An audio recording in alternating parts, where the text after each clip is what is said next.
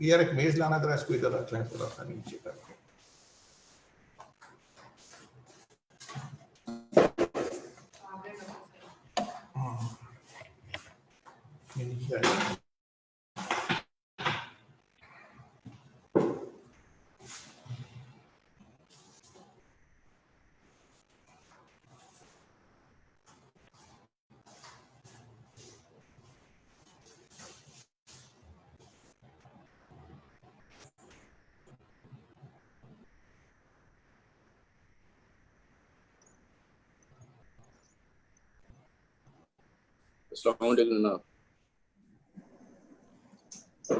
जी जी, वालेकुम सलाम। कमर साहब, जैदी साहब, क्या हाल है आपके?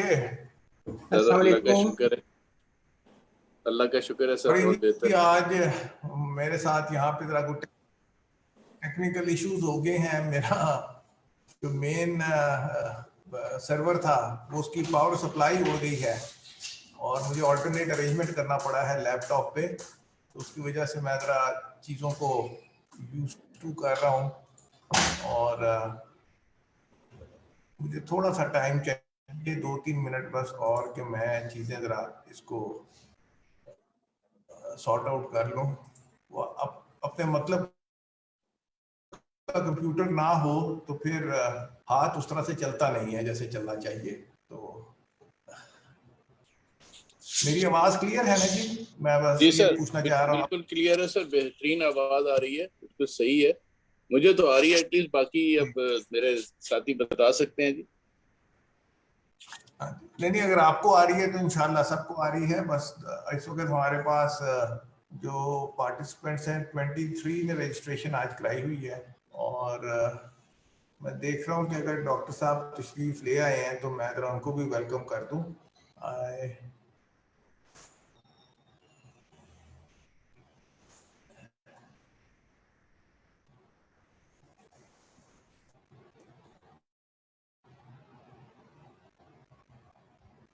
जी जी, फवाद नजम साहब आ गए हैं। जी डॉक्टर साहब, कैन यू हियर मी?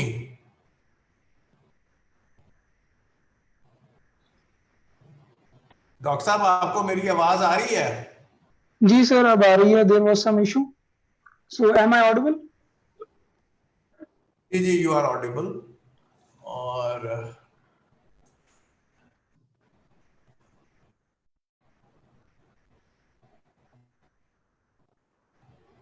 मैं ज़रा लोगों का इंतज़ार कर रहा हूँ कि सारे आ जाएं, फिर एक ही दफ़ा मैं इंट्रोडक्शन और सारा कुछ फॉर्मली दे दूँ। फिर वो बार जी बार वरना लोगों को फिर तैयारी करानी पड़ती है। 2 बजे का हमारा टाइम है। आज मेरी तरफ भी इशू हो गया था। मेरा जो मेन सर्वर है वो बंद हो गया, उसकी पावर सप्लाई में इधर लोड शेडिंग इतनी हो रही है और वोल्टेज फ्लक्चुएशन इतनी है कि डिस्पाइट ऑल जो प्रिवेंशन मेजर्स लिए हुए हैं, स्टेबलाइजर है, उसके पीछे यूपीएस है, then हमें प्रॉब्लम हो गई।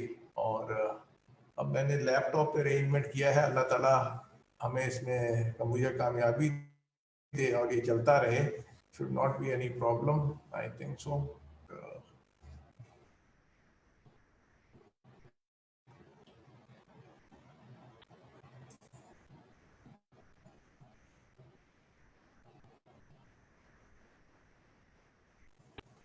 But yeah, out of 23, we have 14 participants now. और 2-3 और आ जाएं। ये एक साहब और आ गए हैं। Let me enter him.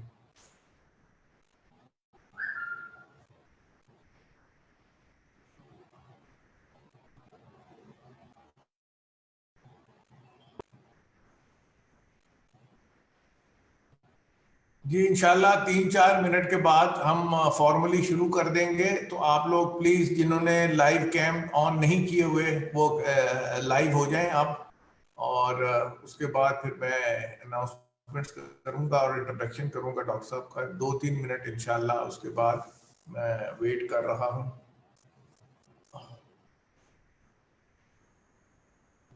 Sadia, Facebook पे चेक करें प्लीज, लाइव चला गया transmission.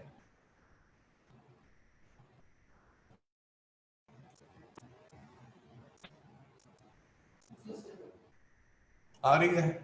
That's nice.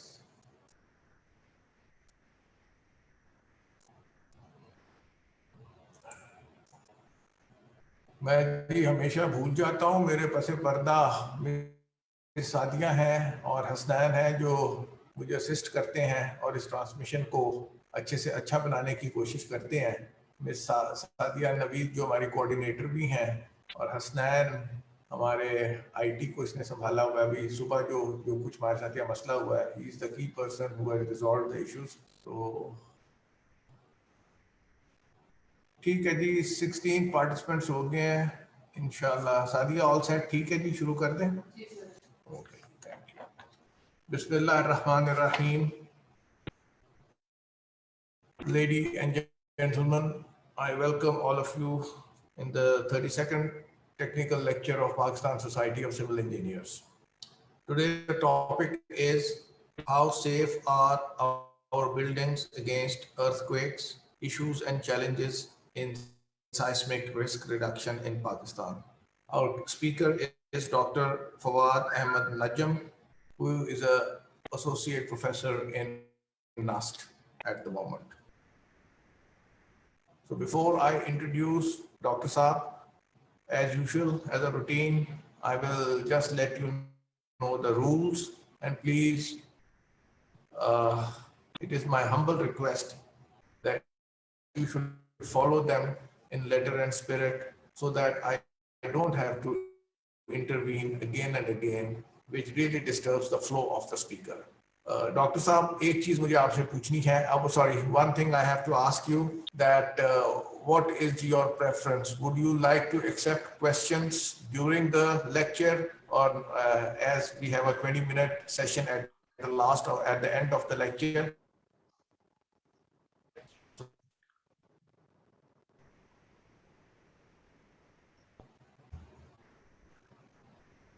Dr. Saab, can you hear me? Yeah, now I can hear you. So I think Yeah. I would prefer So what? if we have questions at the end of my talk. Okay. So the rules are the first, the rule is appearance of every participant who has applied for the CPD certificate. He has to appear live on webcam. It is mandatory as per PEC rules, Only ladies are exempted. They also have to appear live, but if they want to cover their face, they are free to do so. During the lecture, the microphone should remain, microphone of all the participants must remain in mute position so that there is no background sound coming and disturbing the speaker. At the end, as you have already heard, our speaker has requested that all the questions shall be answered at the end of the lecture when we have 20 to 30 minutes question answer session. And during the lecture, if you have any questions, you can type them and the text, and then I will read it at the end of the lecture. But during the lecture time, you are free to ask questions in your voice through the microphone, but for that, you have to raise your hand so that I can follow a cue. So now I will introduce the speaker to you, and then he will continue with his lecture. As I have told you, today's speaker is Dr. Fawad Ahmed Alam. He is currently associated with NUST, where he's an associate professor.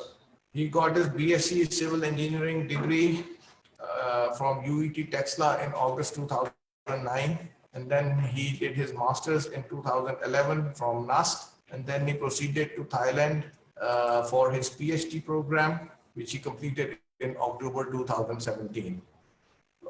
His work experience is he started his career as a course instructor in the civil engineering department of UET, civil engineering department of UET Texla. Then he became he served as a junior lecturer in Swedish College of Engineering and Technology, Pakistan from 2009 to 2010. Then he was appointed as a lab engineer in NUST Institute of Civil Engineering from 2010 to 2011. and then he served in School of Engineering, AIT, Bangkok, Thailand, from where he has completed his PhD. He was a teaching assistant there from 2012 to December 2014. From August 2014 to October 2017, he worked in AIT Solutions, Bangkok, Thailand as a structural engineer. Then in from 2017, October 2017 to date, he is serving as assistant professor in NUST Institute of Civil Engineering. Now he has done a lot of research and consultancy projects. 7 projects are in Pakistan, and most of them are related to seismic hazard analysis, including that of apartments, high-rise buildings, hydropower projects, and he has done material and component evaluation and testing of Balteet Fort in Hunza. He has also performed finite element analysis of 3D masonry structures for crack prediction based on continuum and discrete models. So his total research and consultancy projects are around 16. As I said, 7 are in Pakistan and 9 projects of the same, I think, category are in Thailand and Philippines. He has 3 books to his credit. 2 are co-authored, one with Mr. Anwar N and the other one with F.A. Nawaz. With Anwar N, it is structural cross-sections analysis and design, and with F.A. Nawaz, it is modeling and analysis of soil pile interaction for dynamic loading. The third one, non-linear static analysis, is his own book, procedures, non-linear static analysis procedures for seismic performance evaluation of existing buildings. Then he has about 8 journal articles. Some of them are his own and some are co-authored. There are 8 in number, under review are 3. He has attended a number of conferences in Pakistan and overseas. I mean, the tally is around 27. He runs a YouTube channel. Its I think name is Understanding Structures, and he has a website too, which is www.structurespro.information .info. Sorry, I repeated, www.structurespro.info. During his career, he has received a number of academic awards. The first one is that he represented Pakistan in 46th International Mathematical Olympiad in Merida, Yucatan, Mexico. Number 2 is he has won a Higher Education Commission HEC scholarship for PhD studies at Asian Institute of Technology. I think probably he went for the PhD there. Then he has won NUST Indigenous Scholarship for Master's Degree Program at National University of Sciences and Technology, Islamabad. That was prior to PhD. Then he was selected in top 6 students from all over Pakistan after competing in a series of camps held in School of Mathematics Sciences, Government College, University, Lahore, Pakistan. And he earned a top position in design phase of humanitarian shelter design contest organized by American Society of Mechanical Engineers in 2008. So this was a brief introduction of Dr. Saab. So I just now hand over the floor to Dr. Saab, and he can go ahead with his lecture. Dr. Saab, the floor is yours. Thank you, Tahir sir. Thank you for this long and generous introduction. You almost read my whole CV. So let me start without wasting any time to my topic. And there is one correction which I want to make, is that I am an assistant professor of structural engineering here at NUST. The topic for this discussion here at the ESC forum is the issues and challenges in earthquake risk reduction in Pakistan. So let me share my screen.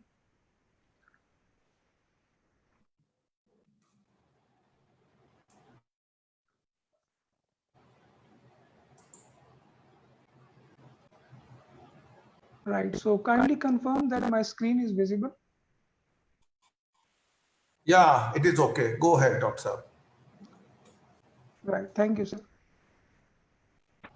So I will be discussing about some of the issues and challenges in the earthquake risk reduction in Pakistan, as also was uh, mentioned by Tahir Saab in the introduction. This is the Pakistan Society of Civil Engineering Technical Lecture 32. And my focus mainly would be identifying some of the issues which we are currently facing in this area, and then how we can convert, or what kind of efforts which are required to convert those issues into challenges. So I may not be able to completely answer this question, that how safe are our buildings against earthquakes, because there is a long way to go in achieving the seismic resilience in Pakistan. But still, I will try to highlight some of the issues, and they may be set as the future direction, or future recommendation for directing the flow, and you can say direction of research, and some of the other efforts which are being made at the government level and at the policy level also. So let me start my story with one piece of news which have just surfaced recently on 29th June from the field of archaeology. And the news was that a 4,000-year-old skeleton of a female was found having a child in her arms in China. And they were believed to have died from a massive earthquake which struck China at that time, which also triggered massive floods. This is not the very first news. There were other archaeological discoveries also which indicated the destruction caused by several historical, natural, or man-made disasters. These kind of news are just to ask this question that since with all of our technological advancements and all our latest tools which we have in the field of disaster risk reduction, how much we have succeeded in actually transferring them into the grassroots level, so that the local people or the occupants at the household level, they may be aware of those efforts and willing to take some precautionary measures. I think Dr. Saab, I have just a 1-minute intervention. I have to make one announcement. This transmission is going live on Facebook. Alhamdulillah, we have about 11 to 12 viewers there, also participants. And this announcement is for them. In case they have any questions, we don't have the facility on Facebook. They won't be able to ask the questions live through their microphone. So it's better if they have any questions, they should type the text. A separate person is monitoring Facebook transmission, and he will let me know what questions you're asking, and Dr. Saab will answer them during the question answer session. Thank you very much. Dr. Saab, go ahead, please. so. We might be thinking that with all the latest advancements and these technologies which we have, we might have made significant advancement or in significant improvement in the seismic risk reduction or risk reduction against any natural disaster. And such sad stories may not happen now, but unfortunately we may be wrong if we may be thinking like this, because uh, relatively recently we have the Kashmir 2005 earthquake. And why I'm saying recently, because the phenomena of an earthquake is actually spanning over hundreds and thousands of years. So the Kashmir 2000 earthquake have basically resulted in a significant not only structural damage but also social loss as well as economic loss. We have a devastated, uh, you can say, several communities and several cities, in fact, which were lying close to the epicenter at that time.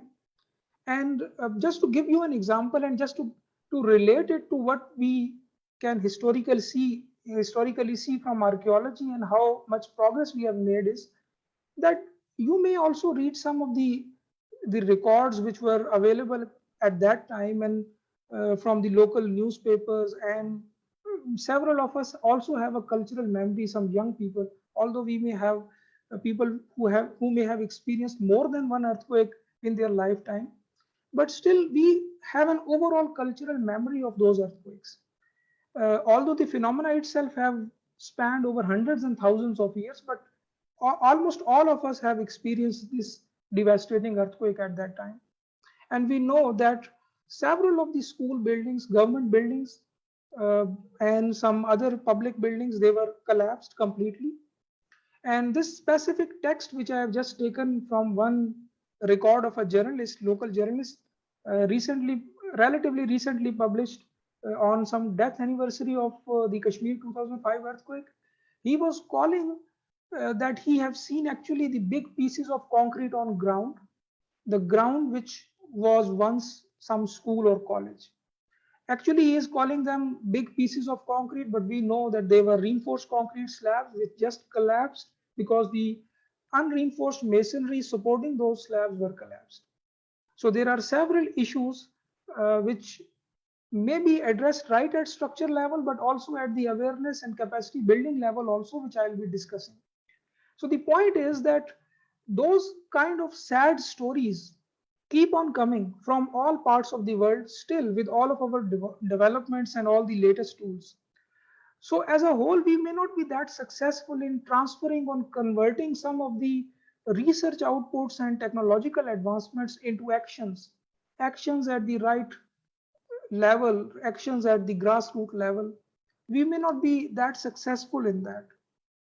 Uh, so considering this background of this overall, you can say, scheme,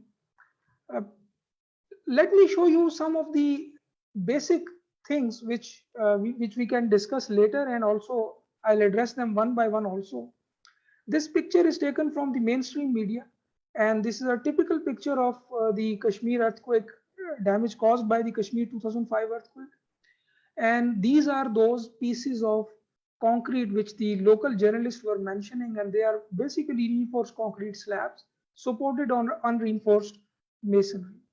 So they just collapsed, they just went down, and many occupants, kids, and all those people, they buried under them, and then we were having significant social loss just because of this unfortunate kind of building stock we had at that time. The current situation I will be discussing later, but this is what we had at that time. Most of the buildings, they were unreinforced masonry, and they were supported.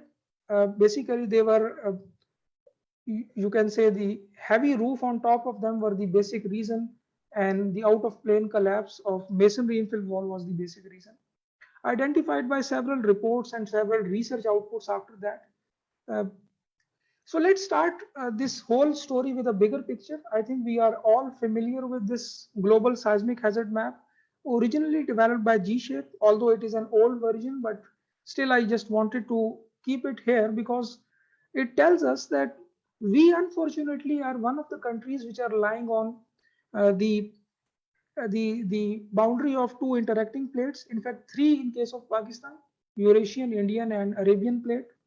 So we are those, you can say, lying on those areas which are shown here by the red color, means they have a high hazard for future earthquake.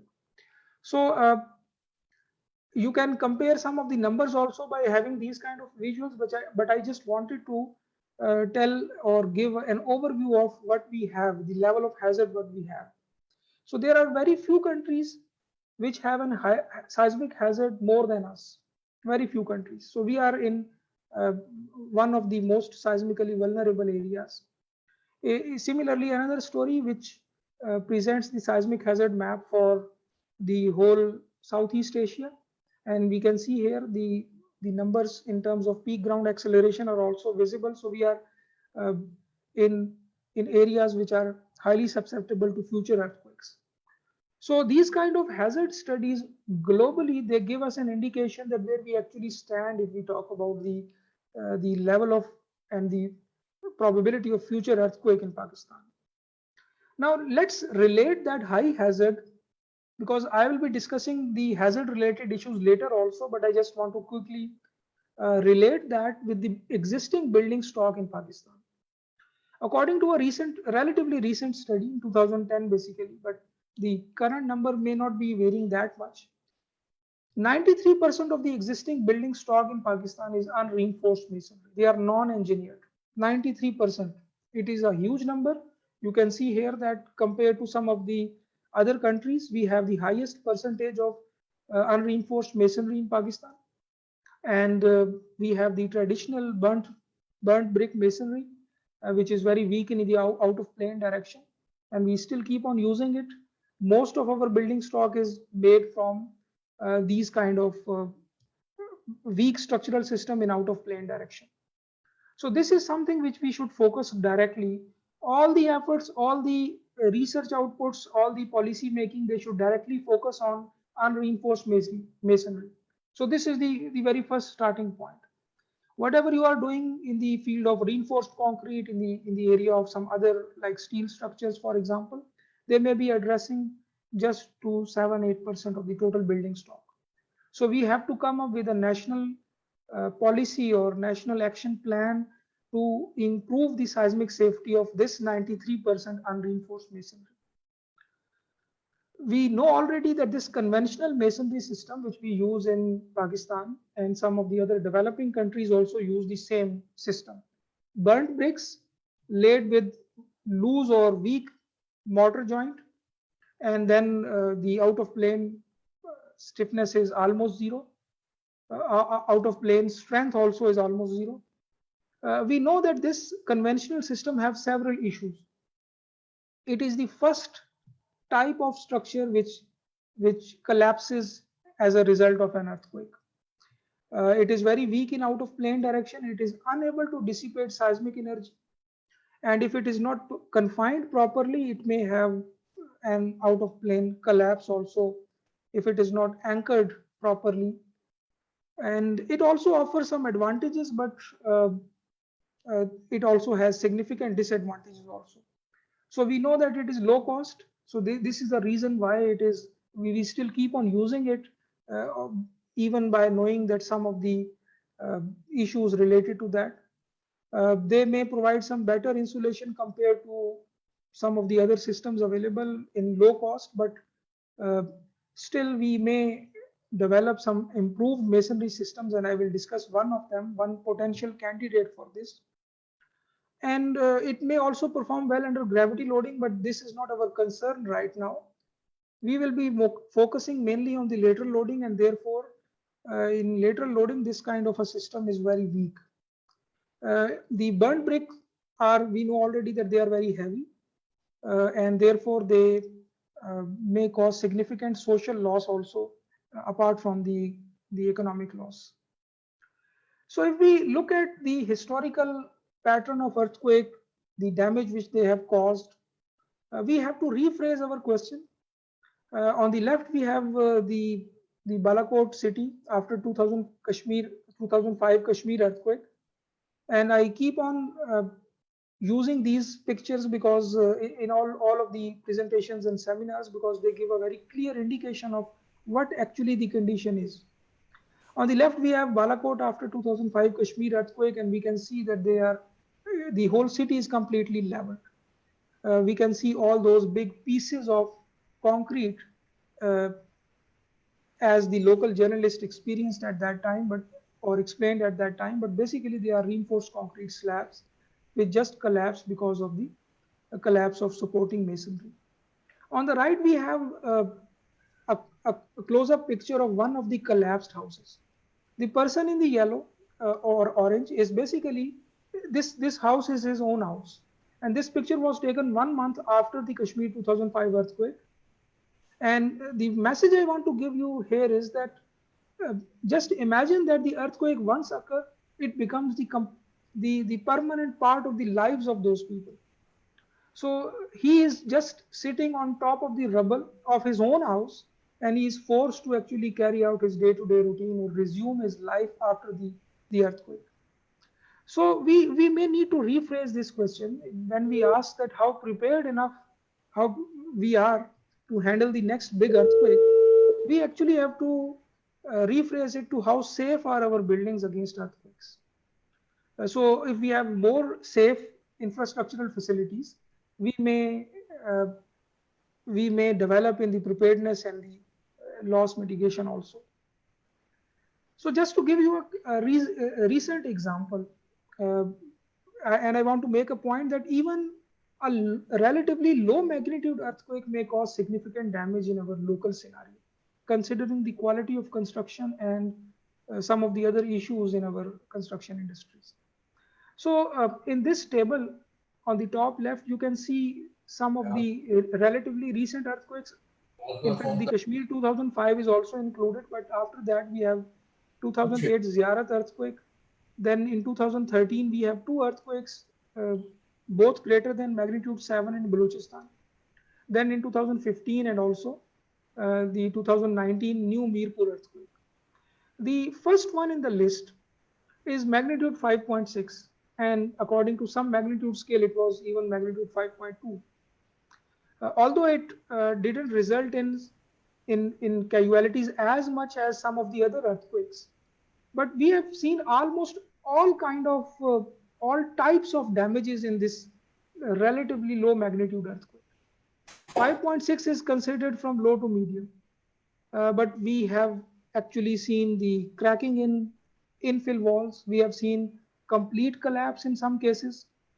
We have seen slope failures. So almost all kind of damages we have seen in this magnitude 5.6.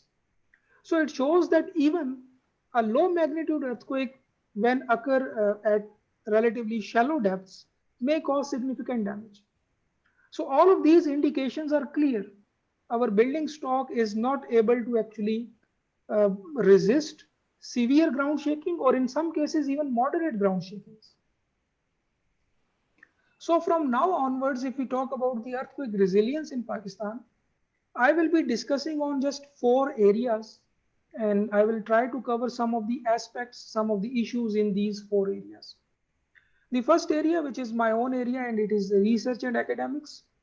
Second is about the enforcement mechanism of different building codes, and in fact the development of building codes. The third is the capacity building of the current structural engineers and designers in order to equip them for the latest technological advancements which are occurring around the globe. And last is very important, and that is about the public education and awareness. The role of digital media in actually disseminating some of the information which is required right at the grassroots level. So let me start with the first aspect or first area where we may need efforts in achieving seismic resilience or earthquake resilience, and that is in research and academics. And I can identify two main issues, two categories of main issues. One is the accurate characterization of seismic hazard. First, we may need to know how much hazard we have in our this region, and that will result in a realistic seismic loading which we can apply and design our structures to. And then the second area is about the earthquake resistant design of buildings and some of the advancements which the world have already made and we still have to make yet. So some of the challenges in the first research and academics and related to the seismic hazard assessment. We know already that if we can divide the earthquake problem into 2 broad categories, and those would be the structure side and the loading side. On the first structure side, what we know is that we already have to construct a linear or nonlinear analysis model, which is a reasonable compromise between a real structure and its mathematical representation. On the loading side, we have to come up with some characterization of seismic loading, seismic ground motions. Either they can be in the form of the time history, acceleration time history, or in the form of some design spectrum. And since currently it is not possible to actually predict a future earthquake, so therefore we have a probabilistic science behind that, which actually give us an indication or some, you can say, approximate characterization of the future ground shaking. It itself contains a detailed process of seismic hazard assessment, and then the site response analysis in order to quantify the amplification effect of different local soils. So considering this overall story in mind, I can also identify the issues in these 4 areas. Accurate characterization of seismic hazard, and then we have the site soil characteristics. Similarly, we can have issues in the structural modeling, the local context, and then lastly, the seismic analysis and earthquake resistant design of the existing buildings and evaluation of existing buildings and design of new buildings.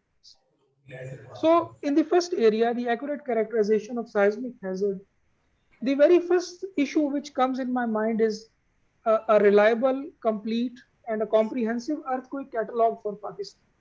And several attempts have been made, and one comprehensive attempt is still being made. Just to give you an idea about those attempts, one example is shown here. This is the historical seismicity catalog for Pakistan, which we have just recently developed here at NUST. And this map is showing the shallow earthquakes having a crustal depth of less than 50 kilometers. And we can see that most of the shallow earthquakes, they are spread along the main plate boundary, dividing the country into 2 halves. And some of the shallow earthquakes, they are also concentrated in the northern Hindu Kush region. If we talk about the deep earthquakes, they are mostly concentrated in the Hindu Kush region. And we have often seen or heard news from media about the large magnitude earthquakes greater than 7 or 6.5. They may affect the seismic hazard within the administrative boundary of Pakistan.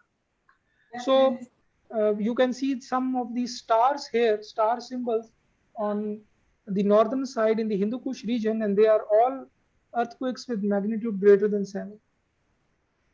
Even some earthquakes, very deep earthquakes having magnitude greater than 8 were also experienced in last 100 years. So the very first issue is to come up with a complete and reliable earthquake catalog which can be used as a basis for future seismic hazard assessments. Hazard assessment is an approximate science, and therefore we need to update it after every few years as the more data is available, as the new methodologies and analysis procedures are available. So therefore we must have a very, you can say, reliable seismic source characterization model for Pakistan. So a unified attempt is being made, and this study is also part of that attempt. The second issue which I can highlight here is the crustal fault database or the crustal fault seismic source model for Pakistan. Currently, we don't have a unified study or a unified database for all the crustal faults of Pakistan. Many of the crustal faults, they are unnamed. Some of them are, the data is available in terms of slip rates and some of the basic geometry of those faults, but most of them, their slip rates are not available.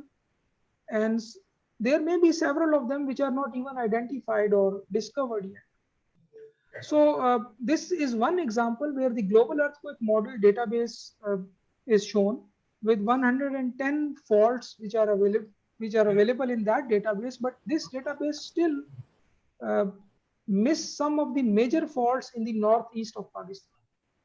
So just to give you an idea that how much we know and how much we don't know, this picture is showing the all those faults which are in blue color. They are available in the global earthquake model database. So we may have some of their data from the international database, which is the result of several of the attempts and several of the you can say research outputs by some of the researchers in Pakistan. But all those faults which are shown here with the yellow color, they are not included in the global earthquake model database. So we have to work on compiling a complete and reliable fault source model for Pakistan. And currently we are, you can say, working with the Geological Survey of Pakistan and Pakistan Meteorological Department to come up with a more accurate and reliable fault source characterization model. That will be used as a basis for a better seismic hazard assessment in future. Another issue which I can identify in the seismic hazard of Pakistan and some of the attempts which were made in this area is the development of risk targeted ground motions. From 2009 onwards, the International Building Code and American Society of Civil Engineers 7-16 document, they moved on to a new definition definition of the seismic hazard, and that is that once you have the MCE level ground motions, you have to modify them for based on the risk coefficient at each pixel, and you have to modify the whole, you can say, study area, and finally come up with a map based on a target risk. So the new definition of seismic hazard was not only a ground motion with 2, 4, 7, 5 years return period. It also had some additional points in that, and those were that those values should be modified based on 1% probability of collapse in 50 years.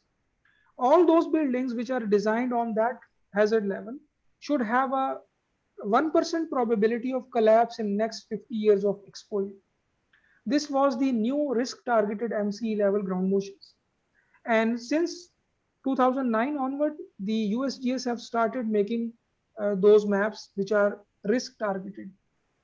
And another difference is that instead of having mean geometric mean response spectrum, the new definition shifted to the maximum direction spectral response acceleration. And on top of that, we also have some deterministic seismic hazard caps, and finally come up with the MCER ground motion. So this is something which is not done yet for Pakistan. The latest seismic hazard assessment, which we are currently performing for the new building code of Pakistan, will also be not incorporating the risk targeting, because the risk targeting may require the fragility analysis data for each of the pixel in Pakistan. And currently that data is not available. So this is something which we should consider in future. And this is something which is which should be our next target, to develop risk targeted ground motion data set for Pakistan. Just to give you an example of some of the hazard assessments which are already carried out and which are still being carried out. This is the one which we have recently carried out at NUST, and it is showing the peak ground acceleration values for 2, 4, 7, 5 years return period. So this is not the design level. This is the 2% probability of exceedance in 50 years. So you can identify clearly that the hazard is completely matching with the seismotectonic environment of the country, because in this study, the crustal faults, whatever data was available from the global earthquake model, the crustal faults were also included in that hazard calculations. But as I have mentioned earlier, that even the global earthquake model database still misses some of the important faults which should be considered, mostly on the northeast side. So therefore, there is still a room for improvement, and we will keep on improving our seismic source database, and finally keep on improving the hazard calculations. This is the spectral acceleration maps for different return periods. This is on the left hand side, we have the short period spectral acceleration, also known as SS, for the DBE level, design basis earthquake. On the right hand side, we have the MCE level. And the numbers correspond to the hazard which is higher than what we had in 2007 Building Code of Pakistan. But the effort is still going on, and we are currently improving that source model to have a very clear picture of the seismic hazard. Another related area which I want to highlight here is the seismic monitoring network, the situation or current status in Pakistan. I give you an example. I just compare Pakistan with another country, or the reason why I have taken Taiwan here is that it is a very small country with an area of 36,000 kilometers. Just compare it with Pakistan, 881,000. So just compare the population also. The whole population of Taiwan may be less than one megacity like Karachi in Pakistan. And the reason why I have compared both of these countries is that their design hazard level in terms of peak ground acceleration is very close.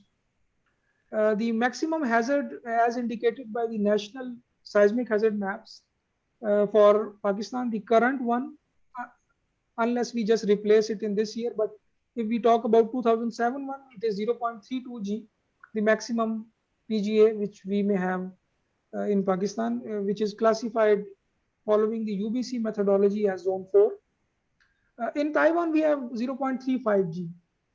But all these dots on both of these maps, the triangular dots, they are showing the seismic stations. On the left, we have the seismic station network by the Pakistan Meteorological Department.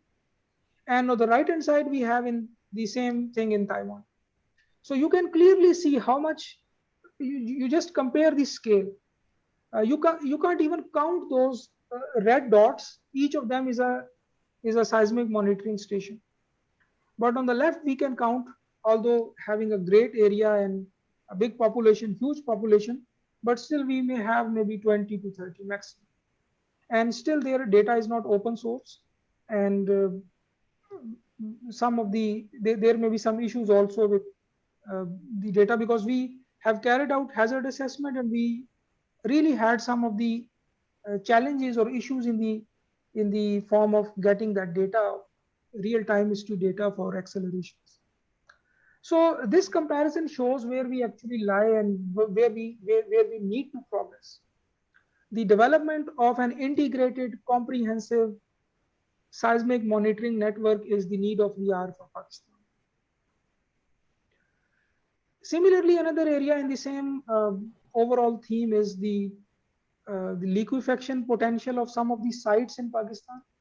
And if not liquefaction potential, then maybe the amplification offered by some of the sites due to local soil conditions. So in this particular example, I show you some of the areas, especially in the Sindh region, the coastal belt. There may be several sites which are susceptible to liquefaction. And also some of the recent studies have shown that even the soil classes which are considered good, like soil class D, it may offer an amplification of more than 2 times when you compare the bedrock level hazard with the surface level hazard. So several site response analysis results are indicating that we may have a high level of amplification for some of the local soils. Now let's move on to the second side or other side of the whole story, and that is the structure side. I'll be discussing some of the issues in the structural modeling and seismic analysis of structures in Pakistan. We know that the evolution of seismic design approaches, the evolution started when we actually shifted from intuitive design to code-based design. And then there was a whole era of different code-based procedures and all those prescriptive design provisions. But then in the late 90s, we know that the performance-based design emerged, and now it is fully developed into a state-of-the-art new seismic design philosophy. Currently, it is being widely adopted in some of the developed countries. But the world have moved on also and also developed several other new seismic design philosophies, including consequence and risk-based design, and then finally resilience-based design. Because in these two approaches, in the latest these two approaches, you actually do not consider structure as just one unit. You have to just consider it as a part of a complete kind of ecosystem of buildings and their environmental implications, and the building should be actually contributed to the overall the energy content and environment and carbon footprint also. So all of these latest concepts are now being integrated in the structural design. Our status currently is that we are our most of the engineering practice is still revolving around code-based design, and that too is mostly around UBC 97. But the world have moved on to latest seismic design philosophies, and for important structures and buildings, the performance-based design is a default approach for some of the innovative shapes and innovative structural systems. Currently, we are also lacking in this area on the structure side. So just to give you an example of what you can get if you can develop that technology or bring that technology in Pakistan. In this example, when you are actually performing the nonlinear analysis or inelastic analysis of your building structures, you can answer some of the questions explicitly asked by your clients. For example, how safe is my building? How much damage I can expect in this much level of future earthquake? All these questions can be explicitly answered now. Unfortunately, our current design practice is such that we still want to hide behind traditional building codes and do not want to explicitly answer these questions asked by the clients or other stakeholders. All we can say currently is that we have followed such and such code. But the latest performance-based design philosophies and other approaches sets you free to actually answer these questions, actually evaluate the performance of the building as they are built, as the design is there. So for example, here you are seeing a 44-story example building which we have done, and actually the nonlinear dynamic analysis of that building helped us in identifying the actual level of damage at a particular hazard level. So we can even identify those columns or beams or shear wall elements which will have a certain cracking or yielding or any other damage. So the model itself can be shown to a client and that will be able to understand the level of damage. This is what you can get if you can adopt these new technologies.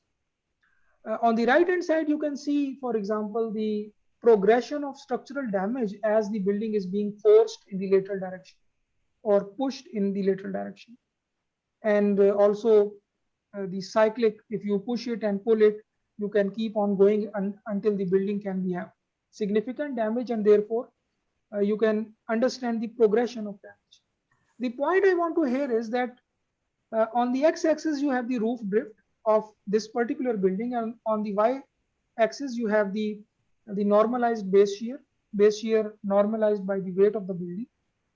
If you understand the progression of structural damage as the building is slowly being pushed in the lateral direction, you will see that the brick walls are the very first elements to actually crack. The masonry walls, burnt brick walls, used in this particular example building were the first one to actually crack. And their failure is brittle, which means cracking is their complete failure. Once they crack, they are gone. So this is very tricky because infill walls actually contribute to the stiffness of reinforced concrete frames when they are elastic. But just at the start of a severe earthquake, they are the very first one to leave that frame alone. So their stiffness contribution is gone already when you have a significant earthquake. So they participate in the elastic response of the building, but they do not participate in the inelastic response. So this is one issue which we may actually address. The way we built masonry infill walls is very wrong. Actually, we construct them such that they actually start participating like a structural element, and they are the first one to crack, and they have weak out of plane stiffness, so they may fall over occupants in case of a real severe ground shaking. And then the real structural damage start afterwards, for example, the shear wall cracking or column yielding, for example, in steel. So this masonry have several issues, and those are identified in these. You will be able to identify all those issues if you just embrace the fruits of these latest technological advancements. Then one issue is that I don't know, for some reason we are reluctant to perform dynamic analysis of our buildings. By dynamic analysis, I don't mean response spectrum analysis. I mean the real-time history analysis.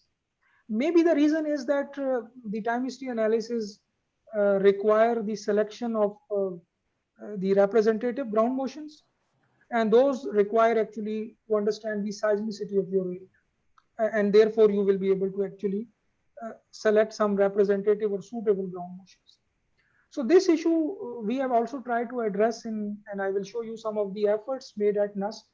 But this is very important. Currently, there have been a global effort or movement, you can say, to actually convert the current default design practice to the linear time history analysis instead of the equivalent static procedure or response spectrum analysis procedure, because you may have significant cost implications also.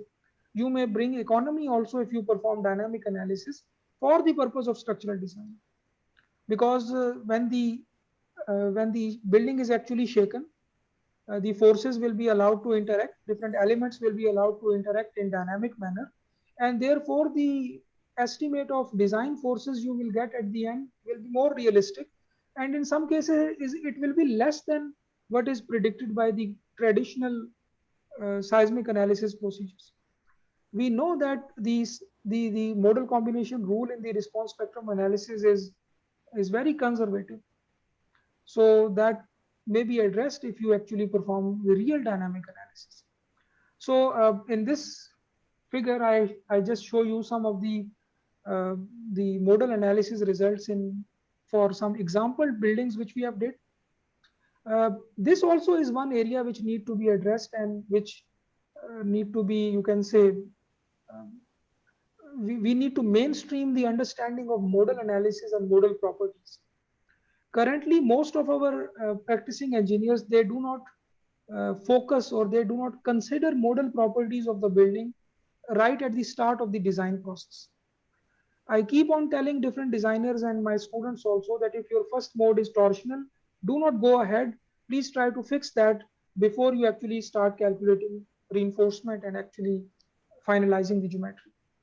If your first mode is torsional, your building is by its habit not performing in the desirable manner. It is weak in torsion. So a mode shape is the weakest configuration which you should always focus on. If it is undesirable, you should keep on modifying the geometry or keep on having some design decisions until you get them in the desirable range. So these model properties, the natural time periods and mode shapes of a building, they are actually, you can say, the vitals of a building. If they are not correct, you should not go to some other level of calculations or implications. So these were few regular kind of buildings with setback effects also, but we have also tried some buildings with irregular shapes and irregular geometries, both in plan as well as in the vertical direction. So these are some of the example buildings which we have did recently, and you can see that they have significant features of vertical and horizontal irregularities. And this is also one area which we should focus on, that for the analysis and for the purpose of structural evaluation, example evaluation, or for testing some idea, we should take the real buildings either as they have designed or as they have built, so that the numbers are actually physically meaningful. They should be related to some real building, some real, you can say, structure. So we have taken buildings with real geometries, plan and vertical irregularities, and some of them have inclined beams, some of them have irregular shapes of columns and etc.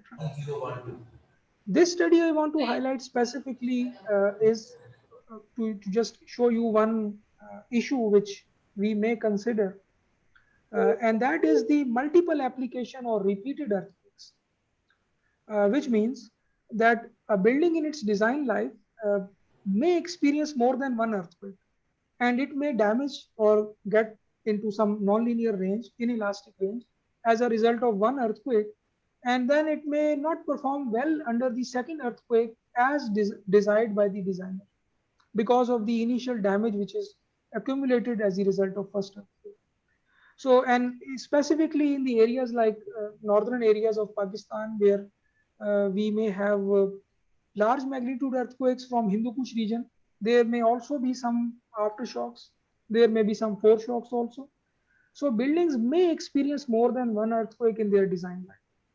So in order to investigate whether this effect should be considered at the design level or not, we have taken some example buildings and converted their real design into the nonlinear model.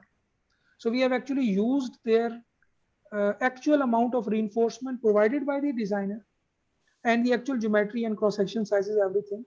and converted them into the nonlinear computer models and subject those nonlinear models to a sequence of foreshocks, main shock, and aftershock. And then we try to compare the results with the main shock only, which is considered for the purpose of structural design at that time. So we considered several levels of foreshocks, aftershocks, as indicated by the spectrum on the bottom right. And also we developed different sequences of ground motion. What we actually observed, or what we have noted here, is that when the whole sequence of a foreshock, main shock, and aftershock is applied, we expect a more energy dissipation or the level of non-linearity in the computer model compared to if we only apply the main shock. So the actual energy dissipated by the structure in case of the sequence was more than what was dissipated only in the main shock.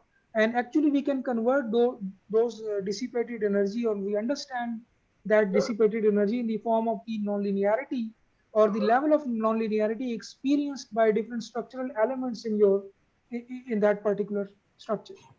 So we were able to actually observe that the number of elements which were experiencing inelasticity, or which were basically going into nonlinear range, which were yielding or cracking, they were more in case of the sequence of foreshock, main shock, and aftershock compared to if we have only the main shock. So we were able to identify those problematic beams or columns which were actually being damaged as a result of the whole sequence, and they were still safe if we have only applied the main shock. So we actually have seen that in varying degrees, the level of damage experienced in case of sequence was more. So we were actually, since we have constructed nonlinear models for such purpose, so therefore we were able to actually identify those beams and columns which were safe against main shock, but were not safe against the whole sequence. So these kind of you can say systematic studies to directly address the issues related to field practice or related to the construction industry is required. The conclusions which should be directly implementable or directly of practical use. So we finally concluded for this case that if we have a moderate main shock, foreshock with a high main shock and a moderate foreshock, we may need to retrofit some of the additional elements for this existing buildings. Similarly, another area which we are rigorously working on nowadays is the performance-based seismic design. Recently, this is a building which we have done recently, and it is located in Karachi. It is 48-story building. And you can see here that we were able to identify the level of structural damage in all columns and shear walls and beams. And we were able to actually see the progression of damage clearly as the building is being stressed from 0 to a certain level of later loading. So these are some of the examples which you may actually, you can see and try to understand that the implications of all of this information which is being generated as a result of all these latest tools or application of these technologies, it will be tremendous, especially in case of Pakistan, a country like Pakistan, where the current building practice is still mostly following the traditional code-based practice.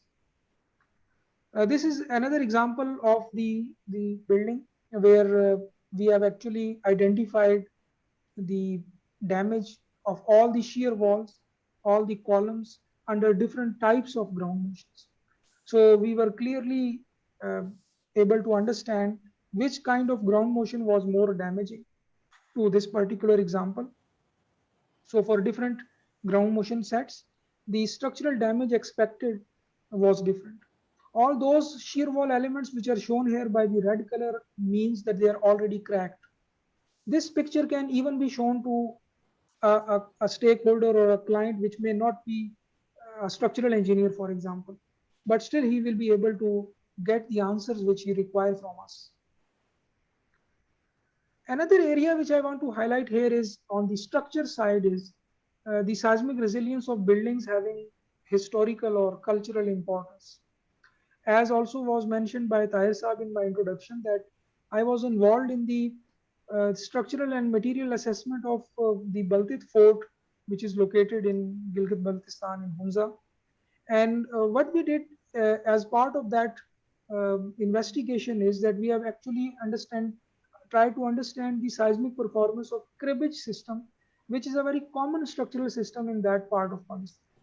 So we actually carried out some field testing also, but then we came back with all the information, with all those materials, and we have actually constructed those wallets of those cribbage system and subjected them to the lateral cyclic loading in order to understand the level of energy dissipation offered by this system. Our conclusion was that this system can significantly, if it is confined properly, it can significantly influence the overall energy dissipation of the structure itself. But one issue which we have found in this particular structural system was local failure. If under severe shaking, a certain local failure occur, for example, as shown by the figure on the right hand side, they may have a brittle failure. So the special emphasis should be given to the confinement of stone masonry in the wooden scheme which is proposed as part of the improved structural system in this investigation. Then another issue was another issue which we kind of urgently need is the structural modeling of unreinforced masonry buildings. As I have indicated in the start, that more than 90% of the existing building stock in Pakistan is non-engineered. Now we cannot just ignore them. They are there. People are living in them. And therefore we need to do something about assessing the seismic performance of such systems.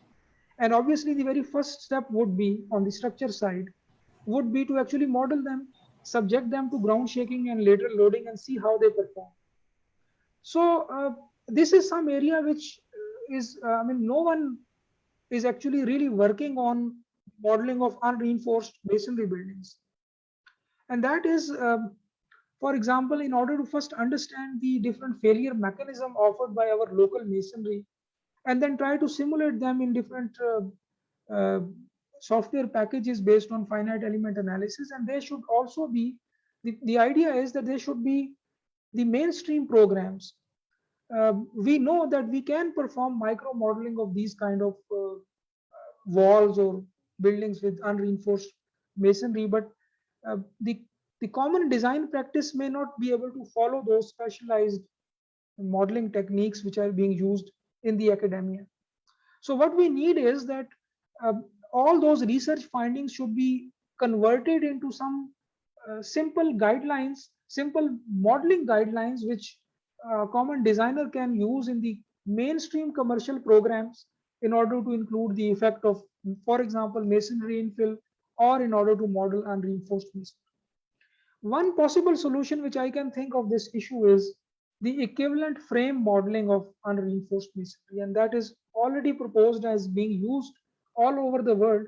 But here we can introduce it and then we can develop simplified guidelines for our structural designers so that they can also model it and analyze it.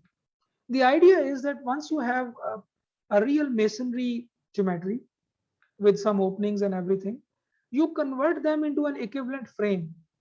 And the conversion mechanism is already being proposed as part of this equivalent frame method. All around the world, people use that approach. And the properties of those that equivalent frame can be tuned to the local masonry used in Pakistan. And therefore, that equivalent frame is expected to behave or to actually perform just like the real masonry would have performed in earthquake. So we can construct nonlinear equivalent frames representing unreinforced masonry walls. So in this slide, just an example, two-story frame is shown. Actually, it is done by one of my students, where he actually tried to map the properties of local masonry with the equivalent frame properties. And he was able to successfully develop or map basically the lateral behavior of equivalent frame with that of the observed experimental behavior of masonry. So this is one potential solution which we are currently developing, and we will be able to we will want it to give it uh, to the construction industry and the current practicing engineers. One issue which we are currently facing about the modeling of unreinforced masonry or any masonry structure is the complex modeling requirements as offered by the irregular shapes or geometries used in the existing buildings in Pakistan. For example, these are few examples from Rawalakot in AJK region, where we have the irregular plans, or we have the extensive use of hollow decorative columns. Directly, the slab is resting on those columns, and therefore the rest of the building is, for example, resting on some other structural system, for example, the load-bearing masonry. So we have very complex modeling requirements. Each of the structure, for example, the earthen house or adobe structures, if for example we have, will have very complex modeling requirements. But we are trying to develop a solution just for first simple buildings, and then we can extend it to the complex structures also. But we cannot ignore them, as I have said. Uh, we may not just focus on other structural systems. This is the first candidate which requires our attention if we want to develop some simplified modeling solution. So one promising solution which I can think of, which can you can say which can be used as a replacement of conventional masonry system, is what we call as the interlocking compressed earth block masonry or earth bricks masonry. Conventional masonry system, as we know, that it provides low level of ductility, it fails in a brittle manner, and it has a very weak out of plane strength if it is not properly anchored. There is another kind of block which have recently developed all around the globe and currently being used in Pakistan. Also, some of the organizations have started making it. Is the interlocking compressed earth block. The first thing is that it is compressed; it is not burnt brick. Second is that it has shear keys so that it interlocks with the other element or brick or block element, and therefore it doesn't require any significant mortar or any, you can say, other uh, adhesive in different bed joints. So, and one more thing is that we can also add reinforcement to this kind of structural system, and I will introduce it in next 2-3 slides, and not in one direction but in both directions. In vertical and horizontal directions also, this system have the facility to introduce reinforced bars, and then once we have lateral bars also, we can connect or we can anchor different walls in perpendicular direction and develop a integrated or unified coupled wall action, or in fact a very improved version of the confined masonry. So in different parts of the world, this solution is being adopted, and they have modified the shape, size, and other features of that interlocking compressed earth blocks or bricks according to their local environment and their local construction practice. But there are some common features. For example, all of these bricks which are being shown here, they have holes in them from which the rebars, the vertical rebars, can pass. Some of them also have horizontal holes or horizontal grooves at the base, which you can use to pass lateral bars.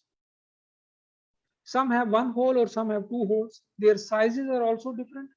What we are currently doing here at NUST is that we are trying to optimize its shape according to our local scenario, and then we can also trying to optimize its composition, and finally we'll come up with a solution which we can give to industry. And the main benefit of doing all that is that we will have the complete research and development at the back of that product. Currently, what our local organizations are doing, that they are just adopting some of the shape or composition from any international, you can say, practice, and then they just start replicating it in Pakistan. But they don't have any R&D behind that, whether that shape or size or composition is optimized or not. And that R&D is required not only at the material level but also at the full structural level. So what we are doing is that we are developing our own technology in that. Not only we are optimizing the shape and the you can say composition, but also we are trying that masonry as a whole system, as a whole structural system, because we want to just introduce that solution in the industry uh, with its all of its research and development, and we want to introduce it as a full structural system. So we are trying to develop the mechanical properties, basically first estimate the mechanical properties at material level and then full structural level, and then we want to try some simplified modeling approach also for the analysis of such kind of buildings which we are going to propose. So the full research and development is in progress, not only at material level but at the individual wall level and at the full scale structural level also, with the static and dynamic analysis of these kind of structures. So soon we will be able to kind of introduce this comprehensive solution to industry. Then another issue which I will quickly discuss, although it is not related to buildings, but it is related to the essential infrastructural facilities. For example, dams, for example, the power plants, for example. So this example is from Gudu power plant, where we have actually carried out the structural health assessment of a damaged foundation of a steam turbine. We actually performed the vibration based structural assessment. Apart from all the non-destructive testing, I actually would like to focus more on the vibration based health assessment. We actually have shaken that whole structure using an eccentric mass vibrator, calculated its natural mode shapes and time periods, and use them to construct a computer model which can be used for the design of retrofit of that building. So this is just one view of the mode shapes which we were able to identify as part of the free and forced vibration response of that damaged structure. So similarly, the second example in this area of essential facilities is from this Gulpur hydropower project. I want to especially emphasize the importance of the site-specific probabilistic seismic hazard assessment. In developing countries, all the important structures, for example, the high-rise buildings, and obviously the dam is very important, but still the site-specific hazard assessment is performed for high-rise buildings also, and it is also sometimes required as part of the performance-based seismic design. Currently, we are, I don't know, for some reason, reluctant to actually perform site-specific hazard assessment and still relying on the code prescriptions or values for seismic hazard, even for very important structures. In this example, we have actually carried out the hazard assessment for the site of this Gulpur hydropower project, and we developed actually the seismic hazard maps for that particular project site. We considered all those faults which are lying in the vicinity of that project site. Actually, we have taken 200-kilometer buffer from the project site and therefore considered the contribution of each of the fault at that location. Similarly, we have performed site-specific hazard assessment for some of the sites for buildings constructed as part of the Naya Pakistan project. So this trend should be encouraged to perform site-specific hazard assessment. In the new building code also, we are specially emphasizing on this idea that although the PSHA for whole of the country is being performed and the results are being presented, but they are for general use only. For special buildings, the designers are encouraged to actually carry out site-specific hazard assessment. Another issue which I want to highlight here is the poorly executed structure, their analysis and their modeling. Unfortunately, we may have several of such kind of structures which were not executed properly, they may have some quality control issues. This example is example from a bridge, which we have actually conducted its testing and then analysis also. It was located in Sialkot, and it was a bridge with very high strategic importance because it was located very close to the border. It was the only link between rest of the country and some of the villages which were located within the administrative boundary of Pakistan at that location. So we may have structures which have workmanship issues. We may have structures with alignment issues or finishing issues. There may be issues of several types. For example, exposed rebars. For example, the post tension rebars are exposed and there may have significant losses in the post tension. So we carried out that evaluation and we have actually conducted the load test also for this particular example bridge, and we were able to identify some of the issues not only from the experimental evaluation but also from the modeling also. These are some of the views of those load tests which we have actually conducted for that bridge. After the analysis, we were able to identify that the existing factor of safety for that bridge under ultimate loads was just greater than 1. So the existing capacity was just exceeding the demand which is expected under high levels of live load or traffic load. So we proposed several measures to rehabilitate or actually we actually carried out the influence line analysis and therefore identified some of the solution methods which we provided for that particular bridge. One last issue in this research and academics discussion which I want to highlight is that all of our efforts will be of little use if we fail to actually translate or convert our research findings into actions. So in order to actually understand why some people take precautionary measures and others do not, while having the same level of seismic risk or exposed to the same level of hazard, we actually carried out an empirical study from Rawalakot, and we try to actually quantify the level of risk perception, how people think that what is the level of risk according to them which they are subjected. And our basic hypothesis was that their level of preparedness for a particular household will be related to the level of seismic risk which it is perceiving. And as a result of this study, we found out that this hypothesis was correct.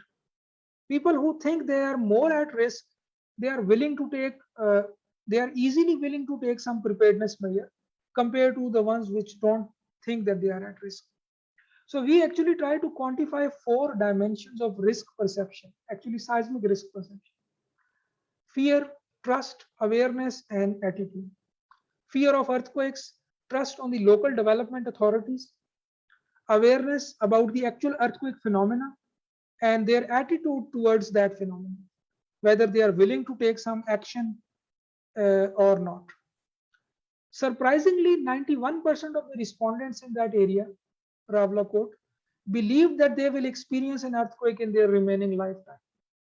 But only 16.5% actually took some precautionary measures. So we finally understood that there is a very strong relationship, a significantly positive relationship between the risk perception and the preparedness.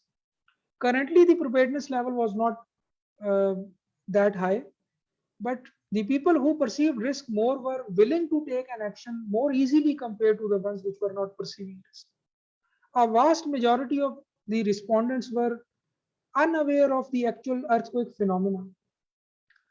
More than 27% of the respondents actually think that they are not living in an seismic prone region. So the results were kind of surprising. In fact, a big majority also was unable to actually indicate or explain actually what earthquakes actually are, what caused them, the real cause. Most of them were not relating them to the physical phenomena or physical, you can say, reasons. So the understanding the social aspects of earthquake risk is also important. we will not be able to translate our research findings into actions if we fail to understand the social implications of this earthquake risk. So this is also something which requires attention in our local Pakistani context. Now let me quickly discuss something about the development of building codes and standards and their enforcement. Currently, you might have already heard that the Pakistan Engineering Council is in the process of formulating the updated building code of Pakistan. And it will not be only seismic provisions, it will be a comprehensive BCP 2021. Some of the key challenges which we are facing in that are, first is the development of national seismic hazard maps. We know already that the seismic design philosophy have already shifted from the PGA based zones to the spectral acceleration based distributed seismic. So therefore, we need to develop seismic hazard maps according to these new parameters, these new information which is available, and some of the issues I have discussed already in the first part of my presentation. Then the other major aspect would be the capacity building of structural engineers to use modern tools. Since we will be converting from zone-based UBC 97 method to the spectral acceleration based IBC method, so we need to actually we may need to perform some capacity building training programs or some you can say some events such that the practicing engineers are familiarized and comfortable with the use of this new SS and S1 based method. Similarly, there is an issue of the retrofitting guidelines for non-engineered masonry buildings. I have discussed a lot about that. And finally, the most important issue is the enforcement mechanism. A sound enforcement mechanism is required, whether it can be through provincial or district level regulations or bylaws enforced by, for example, the local development authorities. So all of these key challenges which we are facing currently in the overall scenario, not only in the development of building codes, but also in the overall seismic scenario of this region. So just to have a quick overview of where we actually stand right now in terms of the development of regulations and standards and building codes. We know already that the very first building code of Pakistan was officially developed in 1986, but it was not implemented. It was just used as an advisory document with some seismic provisions. Prior to that, we were mostly using either then version of UBC or the BS codes. We still keep on using the older versions of UBC up to recently when we have 2007 building code of Pakistan after the Kashmir 2005 earthquake. But then, as I have said, that recently Pakistan building code is being improved now, and we may expect the BCP 2021, which will be actually incorporating several of the IBC methodologies and design programs. Some of the specific challenges related to the development of the well-researched building code, and basically this slide actually shows some of the targets which we have to actually accomplish in next few years. The very first is the risk targeted seismic hazard maps. Currently, because of the unavailability of fragility data and the unavailability of accurate fault model, we may not be able to actually develop risk targeted seismic hazard maps. But this is something which we should do in near future. Similarly, the design wind speed according to the new ASC 7-16 definition should be 3-second gust wind speed recorded at a particular height, 10 meters. Currently, the Pakistan Meteorological Department have several wind speed recording stations, but they are not actually meant for this specific definition. 10-meter height, 3-second gust, and also the maximum design speed should be based on 15% probability of exceedance in 50 years. This corresponds to a mean recurrence interval of 300 years. So we must have a huge data set recorded at a standard definition in order to develop the basic design wind speed maps. This is a real challenge for us. Design ground snow load maps. We have actually conducted some research recently on this topic, and we will be able to develop the basic ground snow load maps, but they need to be updated to state-of-the-art values based on the actual measurements in the next code. Similarly, the design rainfall intensity based on this specific definition, 15-minute duration based on a 100-year storm, which we may expect. Similarly, ground snow loads and in fact the ice loads caused by the freezing rain. That also is something which we may need to consider in future. And lastly, the flood zonation maps. The flood loads require actually the ASC 7-16 latest method, which we are currently adopting in new code, requires a base flood elevation in order to start the flood load calculation process. That base flood elevation is actually coming from different flood zonation maps, and we need to develop such maps for Pakistan which are consistent with ASC 24 definitions. Currently, the Pakistan Meteorological Department and Federal Flood Commission have a huge data set of base flood elevations according to different definitions, and we need to actually convert that into a sound flood zonation map which is consistent with the ASC 7 definition. Another aspect which is capacity building and training, and currently once we will formulate that code, finish that document, actually we will start a comprehensive you can say seminar series or workshops for introducing that code to our current structural designers and basically getting themselves familiarized with some of the latest design approaches or provisions as indicated in the latest IBC versions of building code. So this is also one area which we may need to focus more. Some of the efforts which we have recently done at NUST related to this area is that we have started this website where we actually post our training material or learning content which the practicing engineers may follow, and therefore they may be familiarized with some of the latest tools available in research, but they are not that much welcomed in the construction industry and local practice. So we want to provide all those training materials and all those simplified modeling guidelines, solutions which we have developed in simple manner to our field engineers, where they can try and there we can collectively bridge that gap which currently exists in Pakistan. We also frequently publish different reports and training manuals which we just submit to different organizations, and sometimes we just put it openly on internet so that people can access and then they can get benefit. So this is just two of the examples which we have recently published, and they are available freely on our web resource.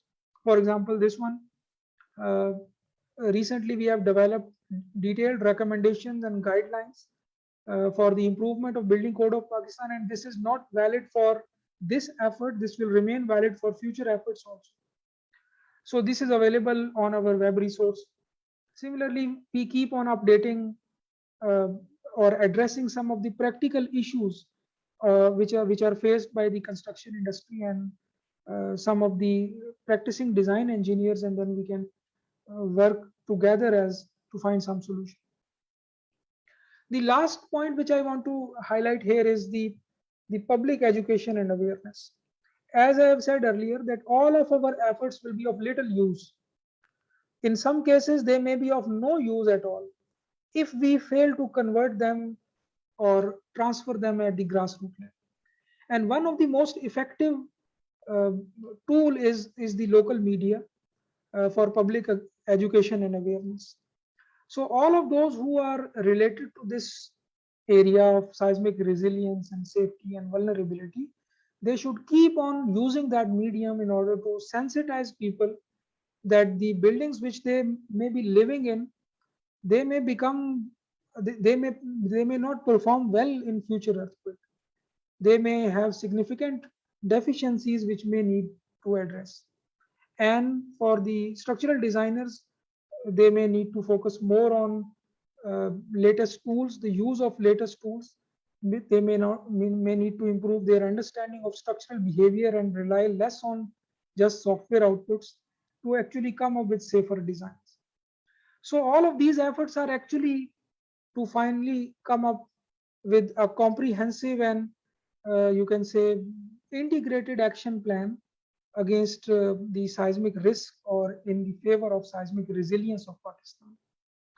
So what I sometimes do is that actually one of my student is also working on developing simplified infographics to make people understand, or maybe we can include them in the curriculum also for our kids, uh, to make them understand the science of earthquakes, why they are occurred, what they should actually do when they feel as shaking or experience an earthquake, what is the first action they should perform.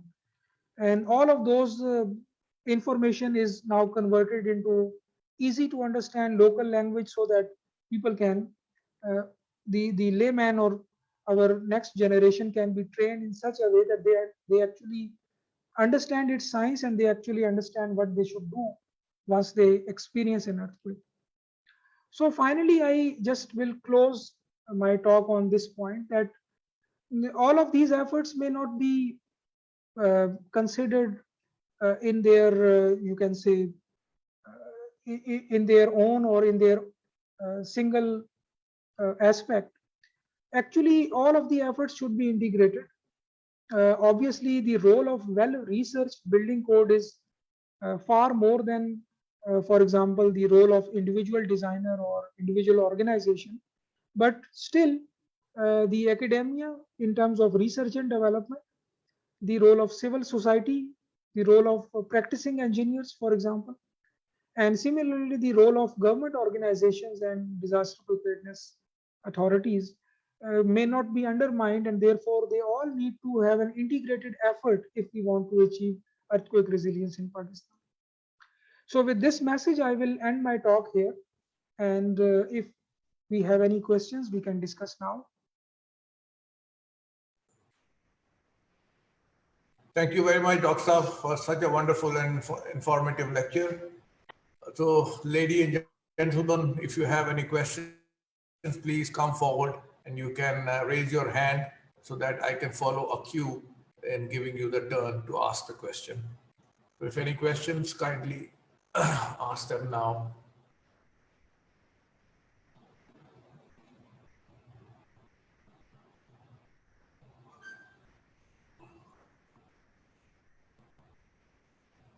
When I say that you have to raise your hand, it is through the command button for raising the hand that you have to press. Then I will know that you have to ask a question.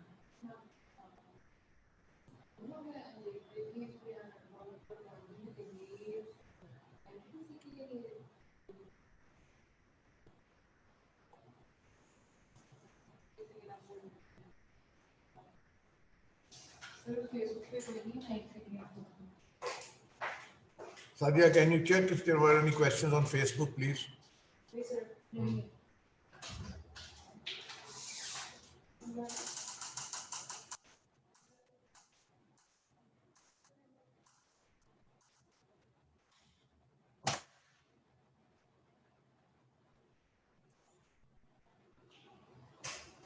Salman Imtiaz Saab, go ahead with your question, please. Sir मेरा question ये है कि कोई भी engineer अगर volunteer work करना चाहता है रिसर्च वर्क के लिए, तो what's the procedure to link with the team? Dr. Saab, please, have you heard the question?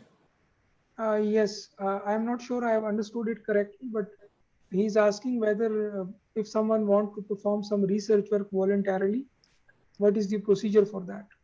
Yes. The procedure would be the same for performing any work voluntarily. I think, in my opinion, the best approach would be, and I myself use it also, that instead of waiting for a particular platform, you just produce something and put it on social media. and put it on internet, digital media, free for everyone, so that people can see actually, and then they may take some action, or they may, whatever purpose you want to fulfill from that particular research, that will be fulfilled if you just directly use that digital media direction.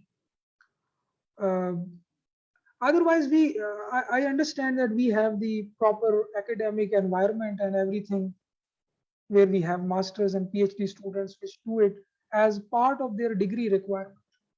But if someone want to do it voluntarily, he may contact such people, or he may just uh, produce something and upload on social media, so that everyone can see and check the implications of such of the work.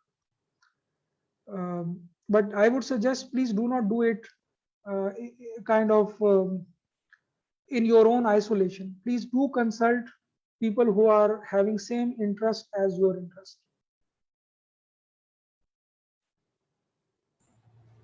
Well, I would like to also add to it that if you have any research work done, or you want to do, and then you want to publish it, you can use the platform of Pakistan Society of Civil Engineers to publish your research work and your findings, and PSC will not charge anything for that. I mean, our platform is free for publishing any research work or any information that would be useful for the civil engineers. Dr. Saab, we have another question from Ms. Saman Zohra. I am not sure whether it is a question or a comment, but let me read it. We have good universities, research institutes like UET, NED, NUST, NESPARC, etc. Then why required data is still missing in this regard, maps, etc., as you mentioned many times? Dr. Saab, please respond. Yeah, one thing which I want to just mention as the reply to the previous question is, this issue I often face myself also. The cutting edge research internationally, which is publishable, have reached to a very specific and narrow domain. And if you want to try to find some idea which is according to you is publishable, then there may be a possibility that that idea may not have any practical application in your local scenario. So this issue is faced by all researchers, although whether they accept it or not, but the research which is required in local scenario is most of the time is not is not able to get published in international journals, because uh, internationally the research is already beyond what is required in the developing countries nowadays. So they are kind of done with that issue already, and you still have that issue in your country. So we have to somehow come up with a balance, or kind of a compromise between the latest technological advancements which are being tested and researched in the world, and what is required in your local scenario. I focus more on the second aspect, which is what is required. I mean, uh, the first purpose of research should be to improve the practice in that local scenario where that research is being performed. So this is something which we should all, which actually something to be considered by whole of the academia and research community. Secondly, the question asked currently is that although we have all these universities, still we are lacking that data. Actually, the issue is that universities are not the ones uh, which actually make that data. For example, a phenomena which is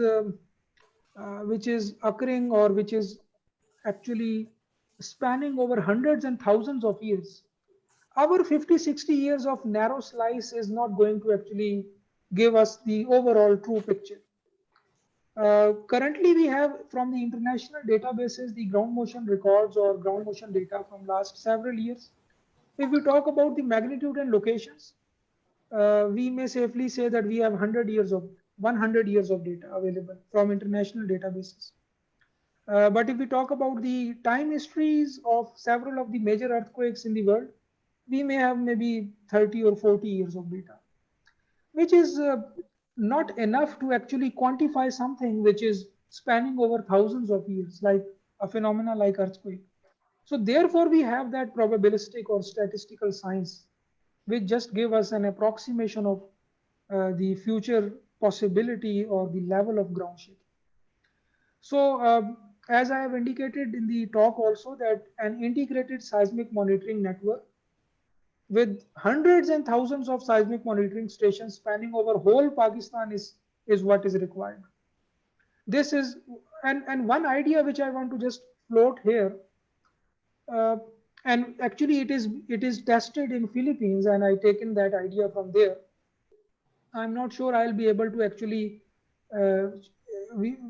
implement or make it part of the new building code or not, but this is something we should all consider. And the idea is that in Philippines, as part of the necessary requirements by the local development authorities, whenever there is a building which is more than 10-story, the authorities require you to install a seismic monitoring equipment permanently in that building. Whenever the building is more than 25-story, you are required to put that equipment or that sensor at 3 locations in your building. This is part of their law. This is part of their building code. So, and we know that Philippines is a high seismic risk area. So, as part of that, that very good legislation, because you know the cost of that sensor is far less than even 1% of the cost of building. I mean, it is less than 0.1% of the cost of the building. In case of Pakistan, I can say maybe 500,000, 600,000 maximum, that sensor. So what happened in last few years is that as part of this necessary legislation in Philippines, now they have hundreds and thousands of seismic monitoring sensors located across whole Manila, which is the capital of Philippines. So these kind of efforts or some kind of strategies we need here also in order to develop an integrated network for seismic monitoring in Pakistan. If we keep on relying on the Pakistan Meteorological Department or some other government organization, maybe we may need to wait for several years. So this is just one example of how the developing countries are dealing with the issues related to the availability of seismic data. I see a hand raised by Mr. Abdul Aziz. Aziz Saab, please unmute your microphone and ask your question. अस्सलाम वालेकुम।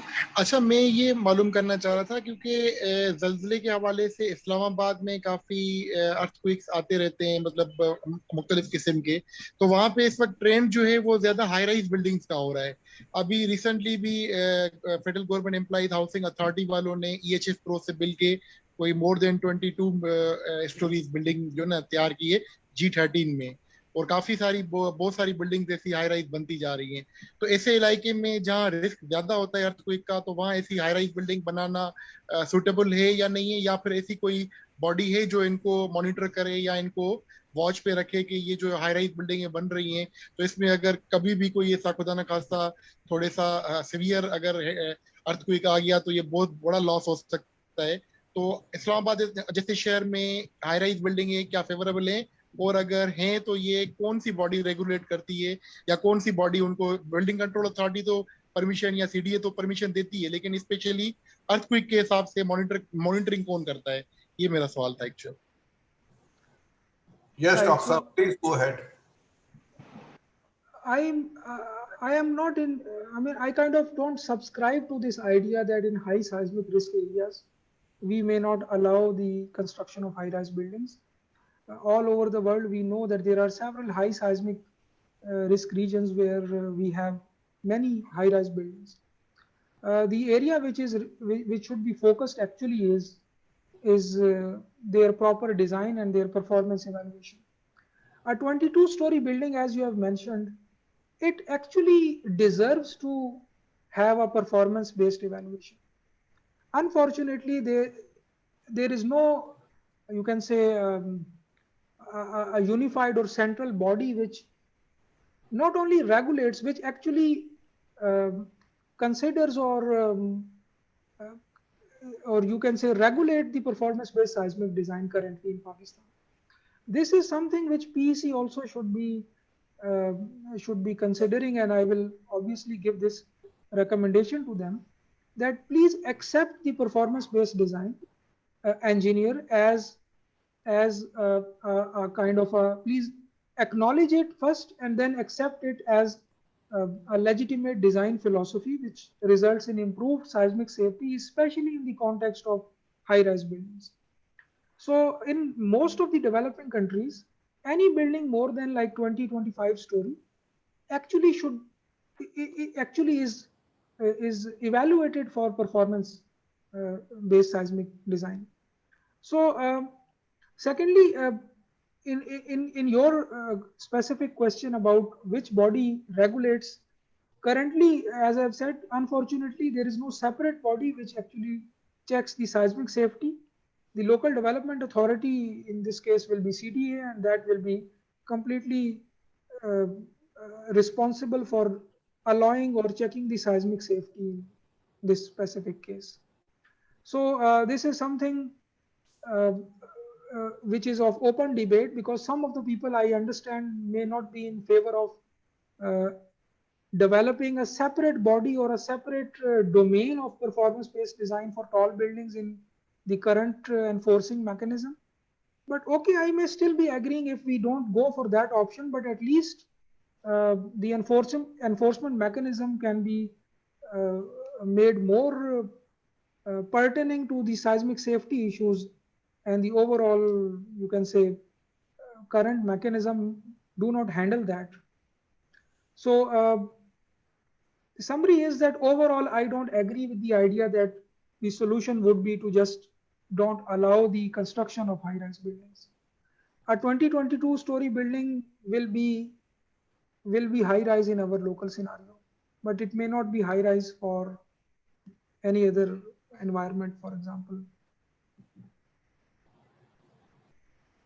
Thank you, Dr. Saab. I think the views you have expressed can be endorsed by seeing the city Tokyo, which has, I think, thousands of skyscrapers, and they were designed for the earthquake that is expected to strike Tokyo through the data we have. And I think a few years back, an earthquake of 9 on the Richter scale that struck Tokyo, I think about 4 or 5 years back. And none of the building came down. I think few cracks appeared in some buildings, but none of the building came down in Tokyo.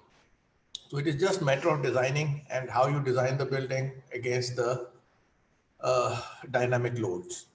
So next is Samanzora's question. That is again, this is a question. Normally we use molds for mud brick production that are operated manually. Using such molds or methods, can we achieve the shapes of mud bricks that you are proposing, that you have shown in a slide? Ji, Dr. Saab. Actually, okay, before answering this question, one quick comment. One common misconception is that seismic hazard is increasing with time. This is very wrong. And I unfortunately see many learned people also having this idea that seismic hazard is increasing. Actually, what is increasing is seismic risk, because our vulnerability is increasing. So the seismic risk overall is increasing. The phenomena itself is not increasing. There are no more earthquakes now compared to previous some years, 100 years or 50 years.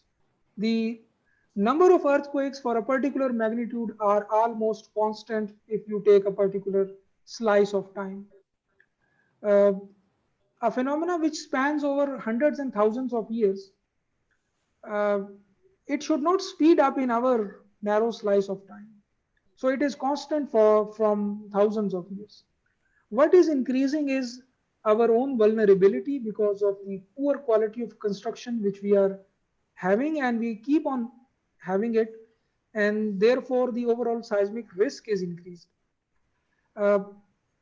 Now we are able to record more earthquakes compared to past several years, and this also is a reason for this misconception.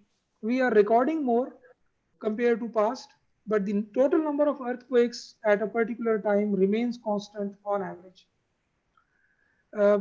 The question was about the brick masonry system which I propose and which I will keep on advocating for next several years, the compressed earth blocks. The first idea is that they are unburnt, so they have significantly less carbon footprint. But the second thing which you actually asked is how they are actually made. They are pressed earth blocks. They have maybe 8 or 10% cement in them, some percentage which we can optimize later also. But the idea is that you have a special press for that can be operated manually as well as through electricity. And that press actually have a built-in mold, and you can just use the material which you want, and then it is pressed to have a very fine looking high finishing product in the form of ICEB. So currently we have that press as at NUST. We want to make, first we try to make our own press, but then later we purchased it. And I will actually, it can have several samples. I mean, in just few hours you can actually develop more than 100 brick samples. But still, I believe that if we have to have a commercial level potential for this product, we have to design a press which have far more speed and efficiency compared to what we have currently. This is something which may be improved later. But the basic idea is that at least we are able to develop enough samples that we can perform any structural level testing or any full 3-dimensional prototype tested on shake tables. So the issue of the irregular molds and everything, that is not there in this, because we have a very standardized press for making that. Doctor, we have another question, but it was on Facebook and it has been asked by Hazik Zahir. His question is, we know that Pakistan is divided into various seismic zones from 1, 2A, 2B, 3, and 4. My question is it a reasonable approach to shift specific region from, let's suppose, 2B to 3, if the seismic activity in that region increases? Or should the code cater for an improved design approach instead of moving the vulnerable region up in the seismic class? He has asked another question also, but that I will ask later. You answer first this one. Right. The first thing is that this zone thing is a story of the past now. We have already shifted from zone-based approach to the distributed spectral acceleration-based approach, where we have two new hazard parameters, SS and S1, short period spectral acceleration and long period, unanimously decided by several researchers and international codes and standards as a better seismic hazard parameter compared to PGA. So the zone thing is gone now. So we should talk about SS and S1 values now. Secondly is that if, for example, if a particular older version of building code declares a particular region as 2B and the next version says maybe 3 or 4, it doesn't mean that the hazard actually have increased. I have already said that the hazard itself is constant. What have increased is our capability to assess it, to forecast it. So forecasting would be a better word, for example, perhaps, because hazard assessment is just like forecasting the weather.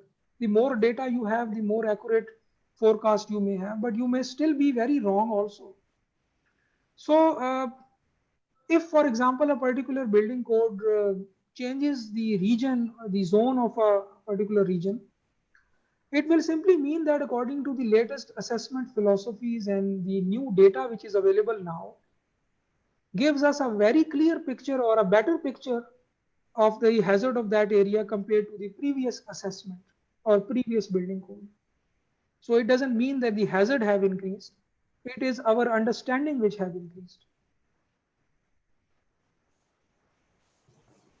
Thank you, Doctor. Now, the same person, Haziq Zahir, has asked, Sir, please also comment on the curriculum that up-to-date knowledge should be taught. For example, an insight should be given to the performance-based design, at least on postgraduate level, pertaining to real-time problems. Yeah, I mean, I wanted to include that thing in my talk also, the curriculum issue. But then there were so many points in that that I just dropped that idea. That is a whole talk in itself, that what is required in the curriculum and what is the need of the hour. I myself currently offer the performance-based design course at NUST here at master's level. And I feel that you can say the attendees or students, they are not ready now, or you can say they are not equipped enough to actually directly understand the PBD methodology. So what we need to first enforce or first focus on is the conventional seismic design approaches. And then later we can implement this or teach this at the maybe postgraduate level. So currently it is still considered as a very highly specialized course. Although I regularly offer it, but it is considered as a specialized course and not something which can be taught directly to a fresher. So the curriculum issue is a long discussion. I can talk more about it, but the underlying idea is that we need to focus. There are several issues in that.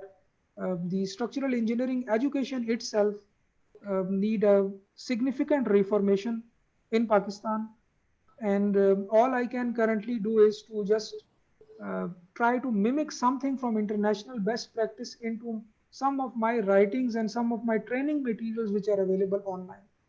Because in order to change the whole, in order to change, for example, the whole academic practice and whole educational environment here, you need a lot of time. So what we can do it right now, right at this stage, is to develop quality content, make it freely available to people, and then slowly and steadily we may reach to that level where the academic environment is at least at par to the international practice. Now, this is probably the last question now. Okay, we have more questions. Sorry. Mr. Ehsan Rafiq on Facebook, he has asked, when will the new version of Park Building Code expected to be officially enforced? I may not be able to give you exactly some date, but it should be a matter of few months from now. Although the formulation of the draft code is in the final stages, but there may be some administrative or some other levels which it have to cover first in order to get it enforced through the governmental order. So it may take few months from now, maybe 3 or 4 months. Now we have another question. This is from Shafiqur Rahman on Facebook. And he has asked, can we have latest SS and S1 maps for Pakistan so we can be more compatible with the latest building codes ACI 318-19? Yes, these maps are, they will be included in the updated building code.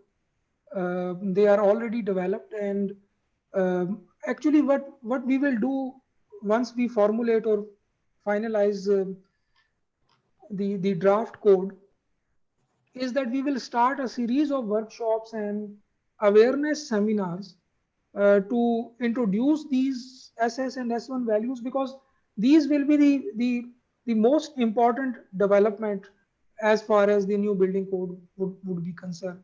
The new SS and S1 values and their implications on the current design practice in Pakistan.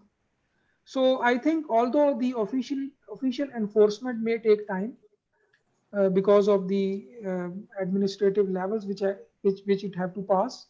But the maps will soon be available. Maybe the draft will soon be available for public comment, etc. Ji, Dr. Saab, we have another question from Hassan Rafiq on Facebook, and he's asking, in your opinion, does the interlocking in brick is sufficient or mortar is still required under the seismic performance? Currently, I actually don't know the answer of this question unless we get the results from the samples with and without mortar. My expectation is that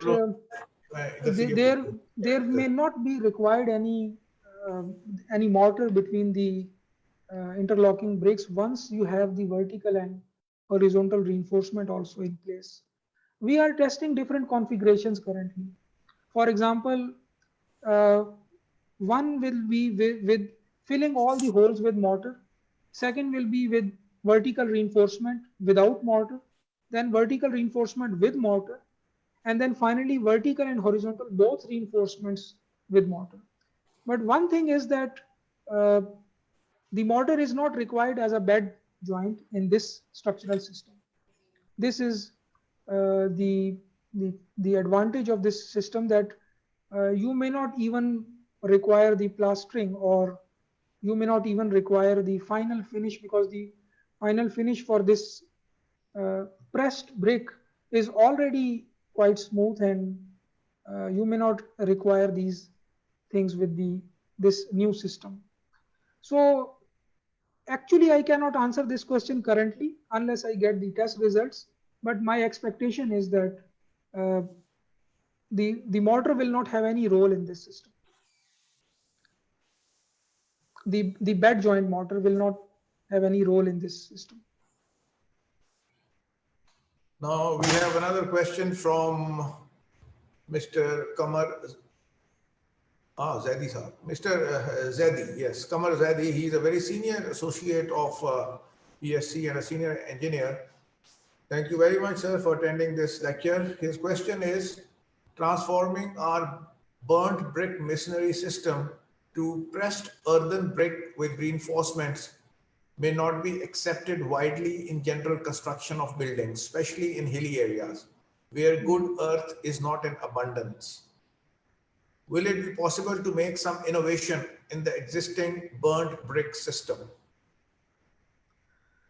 First of all, it is the very first step, and I have, I mean, it is a long-term project. I mean, it is not something which can be accomplished in 1 or 2 years. So, as a very first alternative to the conventional burnt brick masonry system, we have proposed this. But obviously, it have to be modified according to the local needs and requirements. So, as you have rightly mentioned, that in some areas, hilly areas, it may not be a feasible solution. And frankly speaking, I myself is a person which is very impressed with, or a kind of an strong advocate of, the conventional local structural systems which are already available in the northern Pakistan. For example, this cribbage system or the Jidiwari system. They may dissipate significant seismic energy as a result of very large inelastic deformations, which not only the conventional brick may not be able to sustain, but also our improved system will not be able to sustain. So as part of the very first step, we have developed this integrated system where we are not only introducing one wall with this interlocking mechanism, we are also performing its detailed design for an integrated 3-dimensional structure also. So we will have bands of horizontal reinforcement which will be passing through special bricks having grooves at the base also, so that the horizontal reinforcement may pass from that. So those bands will be at sill level, also at the level above all the openings, and therefore the whole system will be acting as an integrated 3-dimensional structure. But as you have rightly mentioned, it has its own limitations, and obviously it need to be modified. But I think we should instead of focusing on improving the burnt brick, I think we should just get rid of it now, because the world have moved from the burnt brick already. So I think we are the only one of the few countries left which are still using and uh, basically making these burnt bricks in abundance. So although it offers some advantages of cheap construction and maybe some better insulation in some cases, but it has far more disadvantages. Dr. Saab, Muhammad Babar on Facebook has just asked the question which was asked earlier by someone. It is just an, I think, clarification. Sir, what will be way forward to implement new building code? Yeah, this is a very important question. This is this actually covers one, you can say, detailed or very complex aspect of the implications of the new code actually. Uh, this time the building code committee is comprised, or it has a dedicated team to develop the enforcement mechanism also, unlike the last code. So this time not only the experts will develop a draft or actually formulate or compile the international best practices and modify them in the local environment. This time also it will be accompanied by a very strong enforcement mechanism.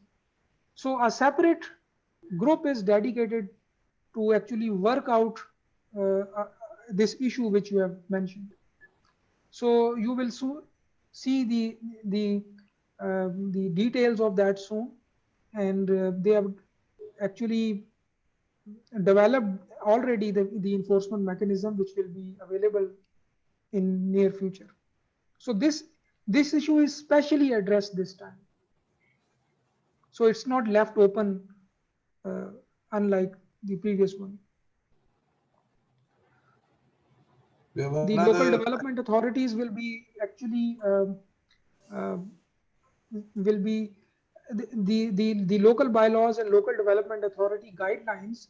They will be modified in line with the new building code, and therefore we will ensure that, in fact, that group will ensure actually that the implications of design provisions according to new code, they are actually transferred at the lower development authority level also. Okay, now we have another question on Facebook, and that has been asked by engineer, I think he's engineer Suhail Kibriya, the same Suhail Kibriya who is our founder member also. And he has asked, evaluation of seismic force is one part while the design approach is another part. So the question is, can many of our existing structures may turn out to be safe in the light of revised seismic forces and new design methods? Right. This is something which is especially being considered by the code committee in recent times, because since we are having a significant change from the old UBC method to the new IBC method, so we may be very careful about its implications also. So the hazard assessment committee and the subcommittee for design load calculations, and there are several subcommittees, they are combinedly working on this aspect. Currently, I may not be able to answer this question directly, whether there will be certain buildings which may require retrofit according to new code and which may declare unsafe. Currently, I may not be able to comment on that, because it depends on the final level of hazard and also some other design implications which will be the result of shifting from UBC to IBC. Because, for example, the concept of seismic design categories in IBC building codes enforce different detailing requirements and the use of different structural systems compared to the zones in UBC 97. So each structure now will be assigned a seismic design category according to the SS and S1 values and according to the risk category which is associated with that structure. And that seismic design category will have certain implications on the use of structural system and some detailing requirements and other design problems. So currently this is something which is being considered, but I am not in a position to answer it directly, whether there will be certain buildings which may require retrofit or not. But I think that this issue will be sorted out before the you can say enforcement of the next building code. This may not be just left open, because in that case there may be certain cases where the seismic design category of few buildings is such that the detailing already performed or design already performed may not be deemed safe according to the new building code. And there may be some very important buildings which may have this issue. So this issue is being considered nowadays by the committee.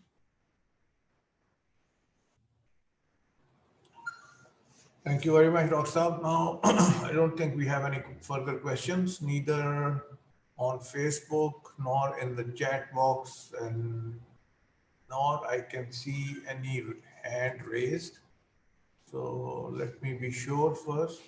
Yeah, we don't have any questions further. So thank you very much, Dr. Saab. Thank you, sir, for giving me this opportunity. Sir, just we have another question has just landed.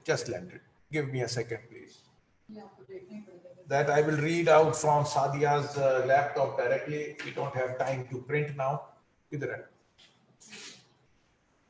This question is being asked by Fahad Mirza on Facebook.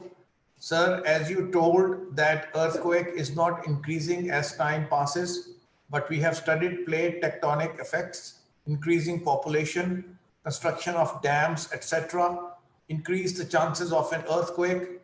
Are these factors not affecting the chance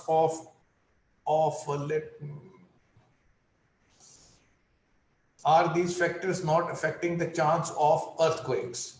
This is the question. No, they are not affecting. Simple as that, because the phenomena itself is huge enough to be affected by some man-made activity. So although there are several theories available, for example, the Earth's rotation may affect the plate tectonics, the population or the construction of heavy structures may affect the plate tectonics. But these are all theories. There is no single piece of evidence in favor of these theories. So the phenomena itself is on average constant. Though we have surpassed our question answer session, it's normally 20 minutes, but the discussion is very interesting, so I'm allowing extra time. There's another question from Mr. Babar on Facebook. He is asking, if new building codes will be implemented, then what will happen with the old buildings? Also, what will happen to cost? It will go up or down, keeping in mind that good number of buildings are built on by non-civil engineers. Dr. Muhammad Babar. As I have said earlier, that I am currently not in a position to comment on the cost implications directly and the you can say retrofitting issues which may arise as a result of enforcement of this building code. All I can say currently is that the hazard assessment is carried out using state-of-the-art methodologies available, using state-of-the-art seismic source model and earthquake catalog which can be developed, and it is developed recently by a team of experts including the top geologists and seismologists of Pakistan. So we may get a better picture of seismic hazard this time, but I am not in a position to comment on cost implications directly. I mean, obviously there may be implications, but let's wait for the finalization of draft, and then we can answer this question in a better way. Another question on Facebook by Sohail Kibriya is asking, will the new seismic code cover design provisions for non-building structures too? I think no. It may not cover non-structural elements, or sorry, non-building structures. It will mainly focus on building structures. I think now we are finished with the questions completely, and we are now out of our time also. We have already exceeded our allocated time. So Dr. Saab, again, thank you very much for giving such a, oh my God. Now again, question has come. As I start to close down the questions,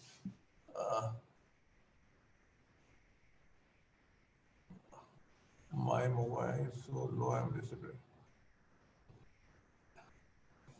No, it is not a question. He's just asking. So sorry. So let me close now. So thank you very much, Dr. Saab, and such a fine and informative lecture. And I really enjoyed the question answer session. It was such a knowledgeable, good questions were asked and they were adequately answered. Thank you, Now, sir. by you. And if, gentlemen, I think all the questions were very adequately answered, but since we have a time limit here, now I cannot continue further. If you still have any questions in your mind, the Dr. Saab's screen is still being shared, and his mobile address, his email is given on the screen. You can ask the questions directly to him, or you can mail it to Pakistan Society of Civil Engineers. We will send those emails to Dr. Saab, and you will get the answers. So thank you very much, Dr. Saab, again, and all the participants, and particularly the participants on Facebook. We had, I think, about 11 or 12 participants there too. And the only disadvantage of seeing the viewing this transmission on Facebook is that you cannot ask your questions live there, since we have no facility there to ask through the microphone. Now, let me make the announcements further. All gentlemen, lady and gentlemen, you can collect your certificates from 13th of July onwards from 32B2 Gulberg, Maine, from 10 to 4 p.m. Ahmad Akram would be there, and you can get your certificates from there. 13th July onwards. Next lecture, Dr. your shield and your certificate, inshallah, would be sent to you by the courier service, and I think you will receive it early in the coming week. Thank you, sir, and thank you all participants. Thank you. The next lecture would be on 7th August, and it will be delivered by Dr. Jamiluddin Khalifa, and his topic is Tengiz project cargo transportation route for 2,000-ton modules. Now, this lecture is slightly a different one, and Dr. Jamiluddin Khalifa is a very learned person, and I am hopeful, I'm pretty hopeful that the lecture would again be very informative and innovative. Now, the information is, alhamdulillah, we have crossed the 200 mark. Today we have 213 members of Pakistan Society of Civil Engineers. 25 applications are under process. We have 10 magazines published up till now, and about 15 newsletters, and we are moving ahead. But I really want to request again that the real lifeline of the society, of running a society, is the committees, working of the committees. There we are lacking a lot, because up till now, to tell you very honestly and truth, the founder members of the societies, who are about 10 or 12, they are working very hard to run the society. But new people are not coming forth to start working on the committees. This society was established on the lines of to fulfill the same objectives that American Society of Civil Engineering, for American Society of Civil Engineers, ASCE, that it is fulfilling in United States of America and internationally.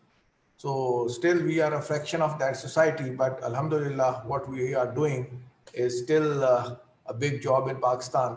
And I and my colleagues are really, we want that our committees now should start functioning.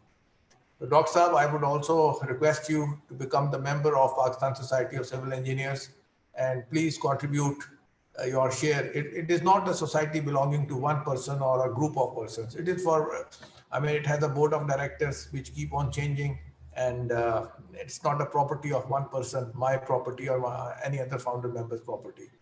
So it is sort of a trust. So please come forward, join it, and we start running the society as like a society which should be run and on the lines of American Society of Civil Engineers. So this is my request again, and thank you very much. God bless you all, and I will see you on 7th August. Thank you. Allah Hafiz. Thank you, sir. Allah Hafiz.